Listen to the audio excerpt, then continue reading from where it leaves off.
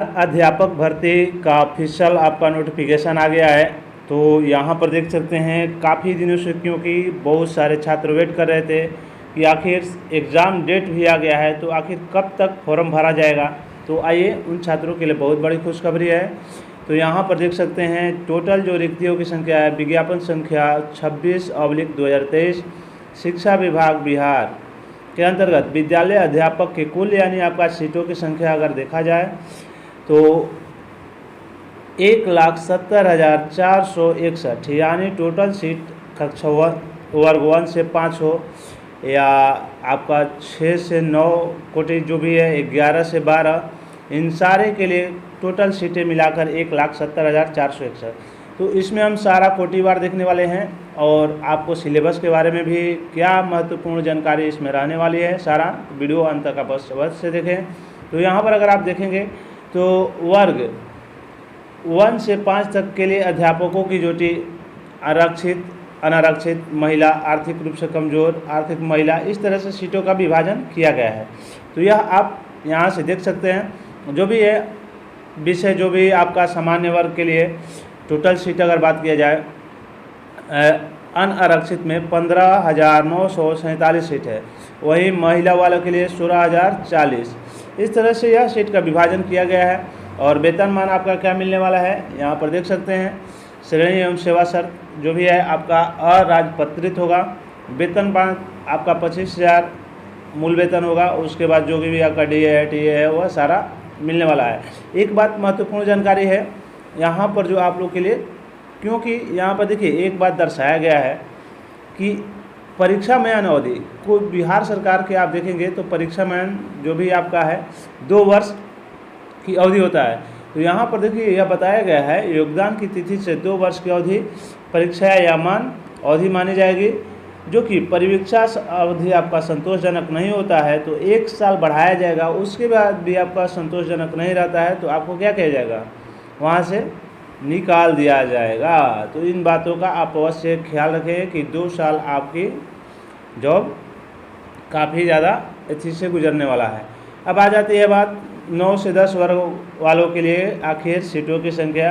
तो यहाँ पर यह देख सकते हैं जो भी है आपका, इसमें जो है आपका मूल वेतन 31,000 रहने वाला है और बाकी सारा सेम रहने वाला है। वैसे ही 11 से 12 वर्ग अध्यापक के लिए, तो यहाँ पर यह देख सकते हैं।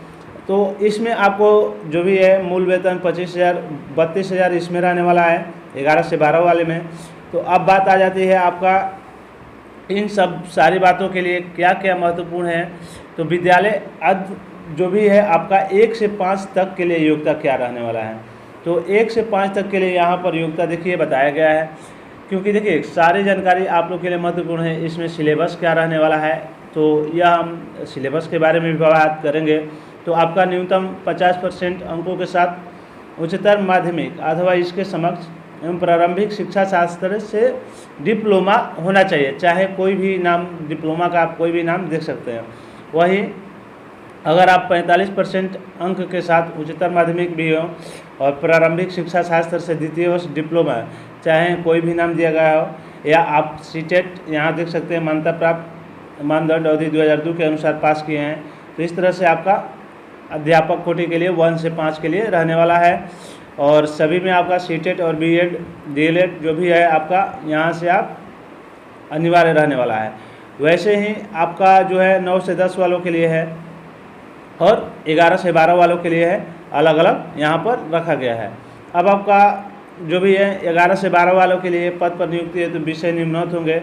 अब आइए बात करते हैं आखिर आप लोगों को इसमें फी के बारे में और सिलेबस के बारे में, क्योंकि काफ़ी ज़्यादा महत्वपूर्ण आप लोग के लिए यह जानकारी है कि आपका जो है यहाँ पर देखिए जो भी है बताया गया है कि भाग लेने तो एडमिट कार्ड, यह सब सारा आपको लेके लिए जानकारी उतना महत्वपूर्ण नहीं है।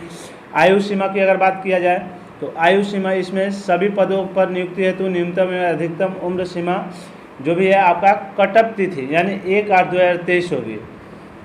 आपका उम्र की गणना जो किया जाएगा 1/8/2023 के आधार पर होगा। और यहाँ पर 18 वर्ष आपका माध्यमिक और उच्च माध्यमिक विद्यालय के अध्यापक के लिए न्यूनतम आयु यहाँ पर। और देखिए यह है जो प्राथमिक विद्यालय के लिए आपका न्यूनतम आयु 18 वर्ष और माध्यमिक तथा उच्च माध्यमिक के लिए न्यूनतम आयु आपका 21 वर्ष होना चाहिए। और वही अगर बात किया जाए अधिकतम आयु जो पुरुष आरक्षित अनारक्षित वालों के लिए 37 वर्ष और बाकी जो भी है आपका अनारक्षित महिला के लिए 40 वर्ष, अनुसूचित जाति तथा अनुसूचित जनजाति के लिए 42 वर्ष और वार्ध सेवानिवृत्त के लिए 60 वर्ष निर्धारित है। आयु सीमा में जैसे कि आप जानते हैं कि अधिकतम आयु 10 वर्ष की छूट आपका जो भी है आपका कोटि के अनुसार दिया जाएगा। अब बात आ जाती है आपका जो भी है सिलेबस के, तो यहाँ पर चयन की प्रक्रिया आपका क्या होने वाला है। पहला आपका लिखित परीक्षा वस्तुनिष्ठ यानी वैकल्पिक यानी ऑब्जेक्टिव क्वेश्चन के तौर पर रहने वाला है।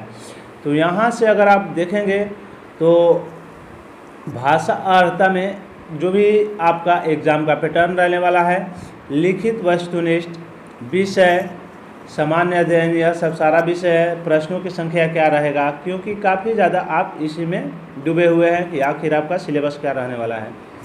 तो भाषा अर्हता प्रश्नों की संख्या जो होगा 100 होगा, भाग 1 में 25 और भाग 2 में टोटल 75 क्वेश्चन होंगे। आपको परीक्षा अवधि के लिए 2 घंटा का समय मिलेगा और इसमें 25 अंक यानी इसमें 75 अंक, 100 प्रश्न 100 अंक के होंगे। अब निगेटिव क्या रहेगा तो आगे आने वाले समय में बात करेंगे। यह पत्र 2 भाग में, भाग 1 तथा भाग 2 अंग्रेजी तथा सामान्य कॉमन होगा और हिंदी भाषा, उर्दू भाषा, बांग्ला भाषा, यह तीनों किसी एक भाषा का आपका चुनाव करना होगा। यानी आप बांग्ला ले रहे हैं तो बांग्ला में चुनेंगे, हिंदी ले रहे हैं तो हिंदी को और उर्दू ले रहे हैं तो उर्दू को चुनेंगे। इस पत्र का हर तक दोनों भाग को मिलाकर कम से कम आपको 30% यानी 30% अंक लाना है, यानी 100 में से 30 अंक आप नहीं ला गए तो यहीं पर आपका डिस्क्वालीफाई कर दिया जाएगा। अब अगला है सामान्य अध्ययन। सामान्य अध्ययन में जो है आपका टोटल प्रश्नों की संख्या 120, 2 घंटे 120 मार्क। यह है जो आपका प्राथमिक विद्यालय अध्यापकों के लिए 1 से 5, यह जो है आपका सबके लिए है। लेकिन यह जो है सामान्य अध्ययन केवल 1 से 5 वालों के लिए।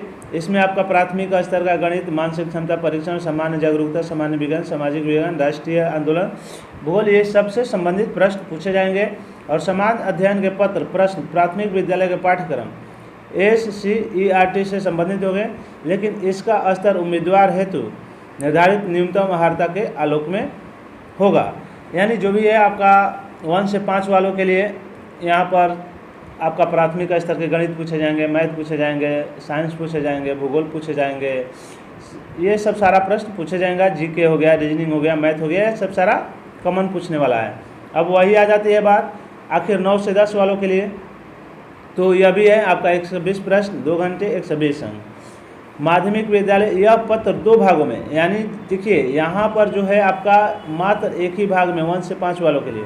अगर 9 से 10 में आ जाते हैं तो आपका जो है भाग 1 और भाग 2 यानी 2 पार्ट में विभक्त हो जाता है।